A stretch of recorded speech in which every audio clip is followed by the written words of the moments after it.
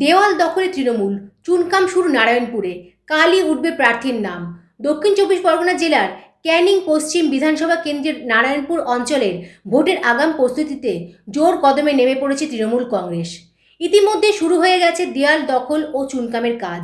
দলীয় সূত্রে জানা গেছে আগামীকাল দেয়াল লেখা হবে তৃণমূল কংগ্রেসের প্রার্থী নাম। এই প্রসঙ্গে নারায়ণপুর গ্রাম পঞ্চায়েতের প্রধান সালাউদ্দিন সর্দার জানান, দলীয় কর্মী সমর্থকরা উৎসাহের সঙ্গে কাজ করছেন। আমরা সংগঠিতভাবে প্রচার শুরু করেছি। আগামীকাল প্রার্থীর নাম লিখে আনুষ্ঠানিকভাবে প্রচারের সূচনা হবে।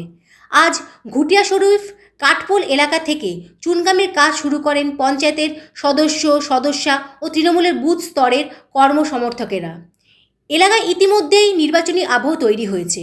রাজনৈতিক মহলের মতে দেয়াল লিখনকে সামনে রেখেই নারায়ণপুরে তৃণমূল তাদের প্রচার যুদ্ধ প্রথম ধাপ শুরু করলো। এখন দেখার বিরোধী দলগুলো কবে থেকে নিজেদের প্রচার জোরদার করবে। জামালউদ্দিন সর্দারের রিপোর্ট, 72 ঘন্টা। চুনকাম তো করতে হবে, আমাদের ভোটের প্রস্তুতি আমরা অনেক আগে থেকে শুরু করেছি। আমরা আগামীকাল থেকে দেয়াল লেখান শুরু করবো। আমরা চুনগুলো করে নিলাম আজকে। আগামীকাল থেকে আমরা লিখবো। আমরা দলের কর্মী, আমাদের ভোট করতে হবে, সেই কারণে আমরা তো চুন শুরু করেছি। ক্যানিং পশ্চিম আমরা তো আশা রাখি যে মাননীয় পরেশরাম দাস তিনি ছিলেন, তিনি থাকবেন। আমরা তো তার নামেই লিখবো কাল দেয়াল। একদম লিখে দেবো। আমাদের আস্থা ভরসা আছে, তিনি আমাদের এলাকায় কাজ করেন, মানুষের পাশে থাকেন, মানুষের জন্য কাজ করেন।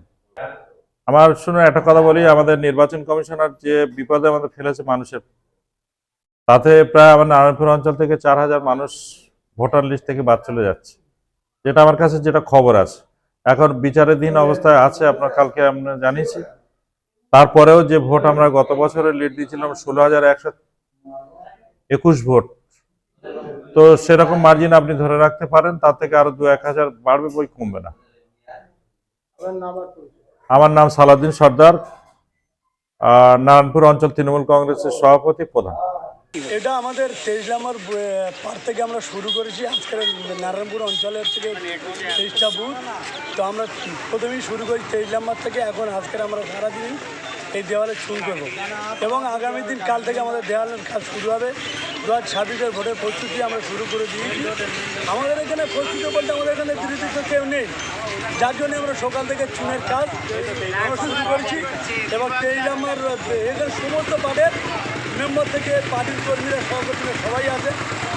এবং আমাদের যিনি প্রধান নারায়ণপুর অঞ্চল সভাপতি এবং নারায়ণপুর অঞ্চলের প্রধান সালাউদ্দিন সরকার মহোদয়ের উদ্যোগে আজকের আমাদের 26 ভোটের প্রস্তুতির কাজ আজ থেকে আমরা শুরু করি। আমার নাম শামসুদ্দৌলা লস্কর, ডাকনামার আমরা আমাদের বিধায়ক মাননীয় পরেশরাম দাস মহাশয় এবং নারায়ণপুর অঞ্চলের প্রধান এবং উপকার এবং সভাপতি মাননীয় সালাউদ্দিন সর্দারের নেতৃত্বে আমরা আমাদের কাজ সেরে নিতে চাই। আমাদের বিধায়কের নাম আমরা আগামীকাল থেকে লিখব। আমরা আজকের প্রথম শুরু করেছি ঘুটিয়ারি শরীফ অটো স্ট্যান্ড থেকে, যত দূর যাবে তত দূর আমরা এই চুন করব। আমাদের সমস্ত বুথের নেতৃত্ব আমাদের সঙ্গে আছে, মহিলার নেতৃত্ব, যুব নেতৃত্ব এবং যারা মাদার নেতৃত্ব প্রত্যেকেই এখানে আছে।